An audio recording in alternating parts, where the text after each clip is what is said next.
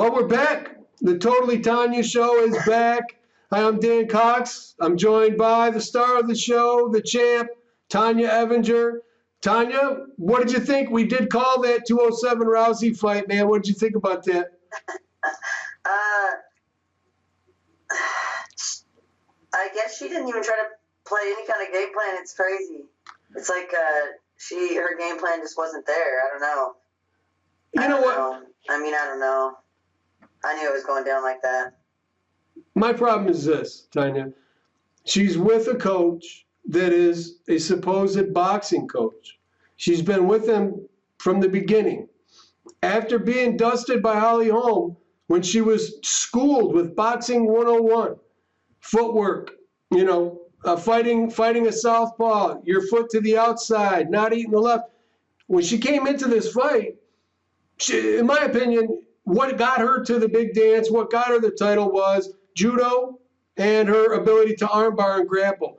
She's got a coach that's taught her now. She's a striker. And you see her, the first jab she got hit with, she was hurt. She had no lateral movement. She didn't circle. She didn't create distance. She didn't clinch. She backed up and stood still.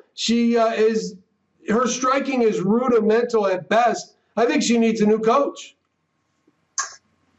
Definitely. I think that there's a lot of things that you can change, just not necessarily all in your coaching, but in your life in general to make things a little bit better. But I can just tell that she hasn't sparred really. That whole getting punched in the face and you seeing white and the fuzziness and all that stuff, that all goes away after you get hit a little bit. So I just think that her training camps aren't what they should be. If you're at that level, you got to have intense training camps. You got to be training harder than everybody else, and I don't think that she is. I'm not saying she ain't putting in as much work, but she's not putting it in the right areas. And, it was crazy, but it is what it is. I don't think that Amanda's punching was too hard to get away from either. She stood in one spot and threw a 4-punch combo. So all she had to do was get out of there every time, get out of there. But she didn't know. What do you do as a judo person? Everything is about reaching and grabbing and getting overhooks and underhooks. What do? That's why I think wrestling is a little bit more dominant because, obviously we're going to change levels and get out of that punching zone and try to take a shot or put some pressure on you in different areas and stuff. But we at least have that level change and stuff. So I don't know. Well, you're gonna at least get my mind off of the fact that you are just like hitting a heavy bag, which is what Ronda was, because she had no head movement, no lateral movement. She didn't change levels. She did exactly what you said. She reached and tried to grab when she was already hurt. And I agree with you as far as the sparring. Listen, I think Ronda's the best person in her gym. I don't think Ronda's getting tested on a daily basis. And when you hit pads... No, man, you can't be the best person in the gym. No. You're the best person in the gym. You're peaked. Yep. That's as high as you're going to get. You don't need to get any better to beat them guys, And let me ask you, who looks bad hitting pads? Who looks bad hitting pads? Nobody. Come on, everyone looks good hitting pads. But you got to be able to move your feet. When you watch them hit pads, everybody looks good. Yeah, exactly. Yeah, but if you're not sparring, you're not getting tagged. That's what happens. I don't know, and I don't want to dwell on it because it's over and done. But I'm curious, what do you think about her? Because we both agreed that mentally was the big question for me with Ronda. And she looked more defeated in that ring or cage than I've ever seen anyone look. I think she's done. Yeah. Yeah, I agree. Don't see her coming back. I don't think that she is a bad fighter by any means. Obviously, she was the champion for a long time, and I just hate to see girls that lose and then they just kind of leave the whole sport. I like to still see them compete and hold their own, even if they aren't number one. Obviously, my careers went up and down, and I just try to go with it. And I think that if you enjoy it and you're doing this for fun and also a career, I guess, then you're going to take the losses and try to come back. But I don't know. Listen, maybe she ain't doing it for the same reasons. And we spoke about it because there's fighters, natural fighters, right? And you're just a fighter, so you're able to handle a loss. So, it's terrible. It's the worst feeling in the world I've never felt it on that level. I've never competed in fighting on that level, but I can only imagine. And but a fighter comes back to fight. That's their job. That's their career. That's all they think about, and that's the difference, you know. And so I think I agree with that with Rhonda. Let me throw something else out at you. Now I have a lot. You know, of course, the fans love Tonya Evinger, and I try to get involved and ask, you know, hey guys, what should we ask? So Pat, man, this is a question coming from you. Patrick wants to know on Twitter, when is the champ going to fight next? And do you have any idea who? That's a gold question, man. I wish I knew. I just want to have like 3 or 4 fights a year. That would be amazing. And oh yeah. You know, I think that everybody's on that same idea, but it just ain't going to happen. So, you know, I don't know what's going to happen. Am I going to get a rematch? Am I going to fight somebody new? Or am I going to UFC? Am I staying with Invicta? Like, it's the same issues that are on the tables that are always on the table. So, you know, it's, I don't know. My guess is as good as yours, but yep. I hate how that last fight ended, and well, that's the problem. I really want to cleanse my soul. But you listen, in my opinion, after something like that, the champ deserves it, man, because not only are you the champ and that was all messed up, but you were on the win streak for a long time. So I'm surprised. The fans want the rematch. They wanted it immediate. As far as I knew, your opponent and her team wanted immediate rematch. Yeah, but you gotta, I mean, it ain't necessarily about us. It's about the other girls that fight for Invicta. It's about, you know, if you just put the girls on the cards that the fans want to see, then we're never going to have any new up-and-comers come up, and you're never going to know your new champions in the future and stuff. You're never going to know these girls. You got to become fans of them, and realistically, like, and they're doing the exact same thing as they are. So obviously, everybody, I think, should but make listen room for each other and take their turns and stuff. But I do think that also it's a big expense on Invicta's part, and for them to run it back to back, you know, obviously they didn't plan on that. So, but you know what though, it's a business, and the headline, the co-main, and the headline, those are the fights that the fans have a say in, because those are the fights that they're coming to pay for, that are making the money to pay for the event, and people want to see that rematch. And that's the thing, you know, for me, Invicta is it is the organization for women's MMA. This is the place to go to fight the best, and women's MMA is Invicta. Yeah, definitely. I think it's one of the top promotions in the world, and for the women, it's just crazy. Mm-hmm. It's amazing. It's amazing even being in the shoes I am today. You know, it's just a unique promotion, and something that we've probably all seen come and gone, and they actually survived and are making amazing shows. Yep. So, yeah, but listen, it's come a long way. It's come a long way. The next show is on the 4th or 4th. When's the next show? You made my mind go blank when you said the 4th. The next Invicta show is the 14th, maybe. Yeah, I think so. I got the email. But my thing is this. 21. I'm excited, and I am gonna make it out there now. I wasn't going to, and now I am. So. Well, Tonya. And go watch the new girls fight, and you know. Well, let me ask you a question. Do you even care that it is my 49th birthday today? Happy birthday. I did know it was your birthday. I knew it. No, me and Elvis. Aaron told me earlier, and I said, yes, I know. I'm going to talk to him later, and I'll tell him later. And he caught me off guard with this video. Well, you know, I only remember my birthday. Excuse. I only remember a time. I'm not telling you, I didn't know earlier. No, but I only remember myself because I start seeing really bad Elvis movies on TV. Because Elvis is born January 8th, same birthday as mine. So, yeah, I start seeing Blue Hawaii and stuff on TV, and I'm like, oh, it's my birthday. Yeah. Okay, so now I want to go back to a couple different issues really quick, just to touch on them. And one is Chris Cyborg, and the reason I do that is because what happened with her, which is a big deal. Plus, what is up with the one? Suspended for good? Well, I don't know what's up with the 145-pound title and Invicta. Well, obviously, aren't the girls in Invicta fighting for the 45-pound title now? Well, yeah, we got Holly Holm is fighting. I'm talking about in Invicta, so Yeah, that's what I thought. I thought I heard Tweet and Anderson were fighting for the belt now. I heard that too, but I haven't seen it as official. So that was my question. Well, I'd like to see that happen, but I don't necessarily think that those two should be fighting for the title.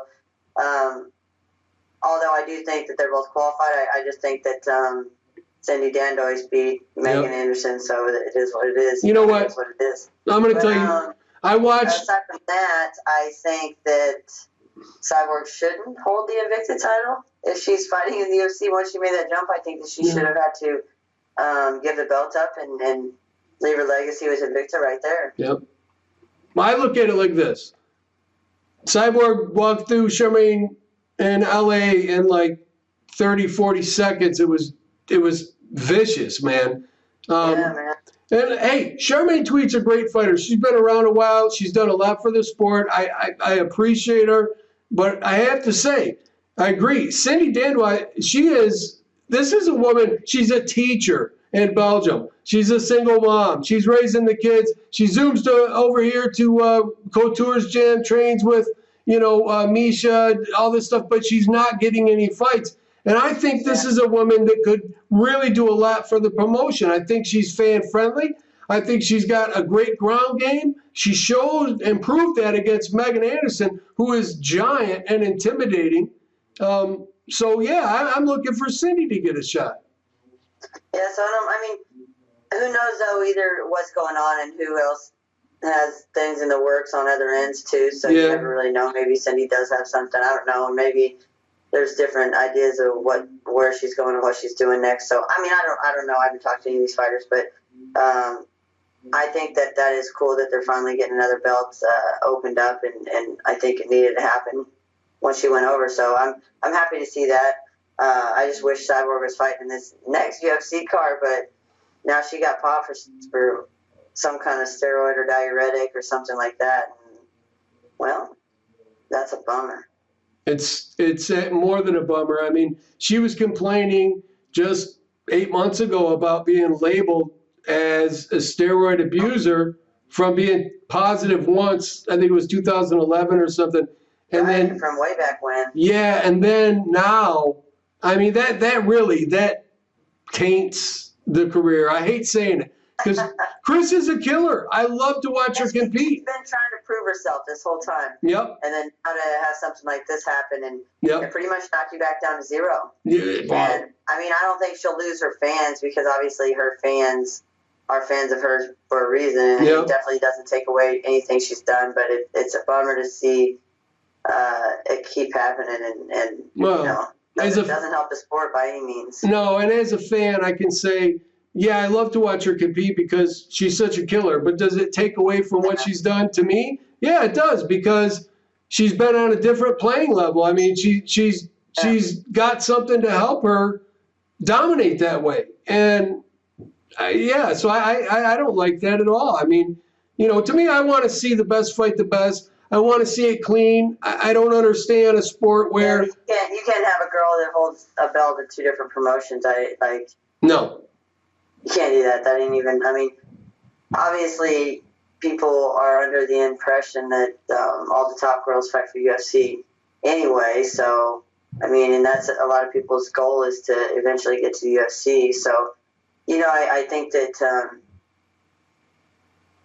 it's just you just can't do it. You can't be a champion over in UFC or fighting for their belts or fighting on their promotion or their cards and still be fighting over Victor. I just don't think that that's how it should work.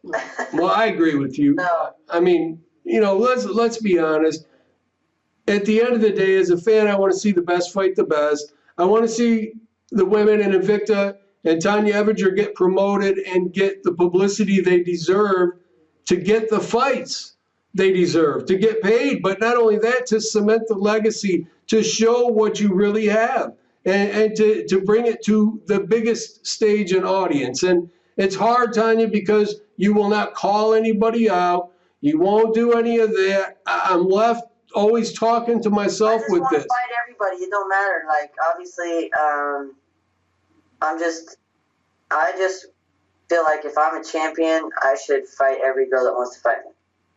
If they have balls enough to get in there with me and fight me, then I have to respect that and I'll fight them. So I always go into a fight. I just take it. It is what it is. I think I'm ranked this level. I should beat all these girls that I'm fighting. Well, here's my challenge. I'm going to throw this challenge out right now on the show. Anyone out there in Invicta or other that wants to challenge Tonya for her belt, literally, you think you can beat the champ, please let me know. Send me a message, respond, and let's see what can happen. Because Tonya's not going to call someone out because she's going to beat everyone's ass. It ain't necessarily about that anyway. I want it. Obviously, their record comes into play, and the commission will allow of course. Fight. So a lot of people think that I'm up here like fighting who I want to fight. No, I'm fighting everybody they put in front of me. I've never told them no to any fighter when they called me. No. The problem is that certain commissions won't let me fight certain girls because their records are this or that or. Mm-hmm. Well, obviously, issues that are not controllable on my end. No, listen, it has to be legitimate, Tonya. It has to be a legitimate challenge from someone in the top 5 at least in the 135-pound division. So, yeah, I mean, I don't mean it to anybody, for God's sake. Please don't send me emails. But I want to get a buzz going because as a fan, I want to see it. All the fans want to see it. And I would love to make a super card for Invicta. A super card with all the title fights and everything. No, it doesn't have to be title fights. There's so many great fighters. And you said it yourself. You can make incredible matches. Invicta has. Look at the last few cards. There have been some cards that were really stacked. I think almost all their cards are stacked. I think just people aren't aware these athletes exist until they start winning on Invicta, and all of a sudden you're like, where the hell did she come from? You know? Yep. I agree. Invicta is – Shannon Knapp is – she takes a bum rap on some issues, but I got to say, she does this out of passion. She loves the sport. She loves what she's doing, and she really does sacrifice. And I think, a little more help or a little more attention – Invicta is going up that next level, and I want to see that happen. Yeah, definitely, especially with the boxing that they're doing now. Yeah. They got Invicta boxing. I'm excited to see some of the girls transition over and do both sides, and some of the new talent that comes in. And I think that there's a lot of avenues with boxing that are out there that Invicta or Shannon can take with this whole Invicta boxing thing. That there's just not anybody promoting the women. So I think that right now, she could come in and swoop in and like really put a dent and make a name and put herself on the map.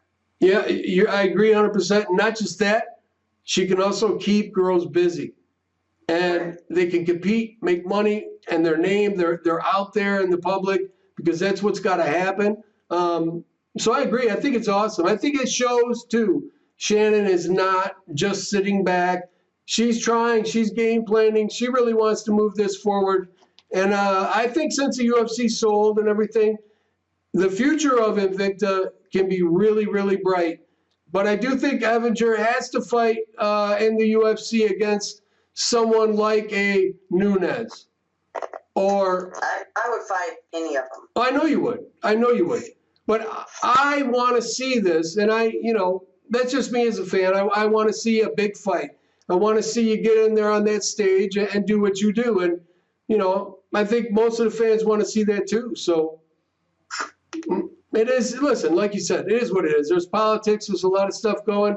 But women's MMA is on the rise. This is the future right now. It's the fastest growing sport. The women are getting better by leaps and bounds every single event you watch. So hold on.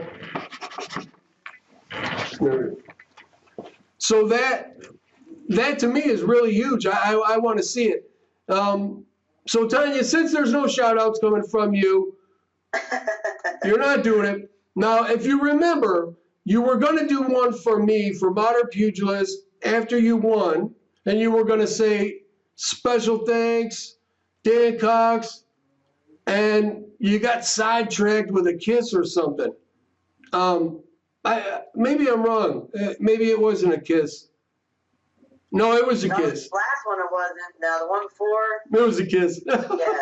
yeah, it was the kiss. Yeah. And it was fantastic. It was. I look back to that back, Dan. Okay, I can't take that back. I know. I'll keep that kiss forever. I want you to, because I looked back at that today, and it was totally. It was like not playing on the spot, being so happy, celebrating. Boom.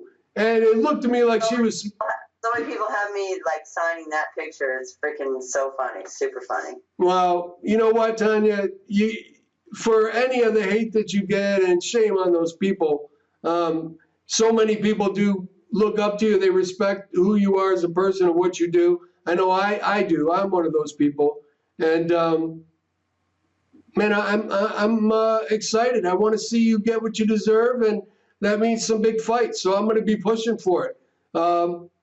Anyone that is sponsoring Tonya, coming from me, thank you very much. But guys, you're missing the boat. So many sponsors out there. They don't know who to reach to. They don't know what to do. Reach out to me, Dan Cox MMA at Gmail. I can help you. Don't sit back. Be a part of it, man. Let's make something happen, for God's sakes. And hey, for Modern Pugilist Entertainment, for Fight TV, she's Tonya Evinger. I'm Dan Cox. She is a champ. We'll see you next time.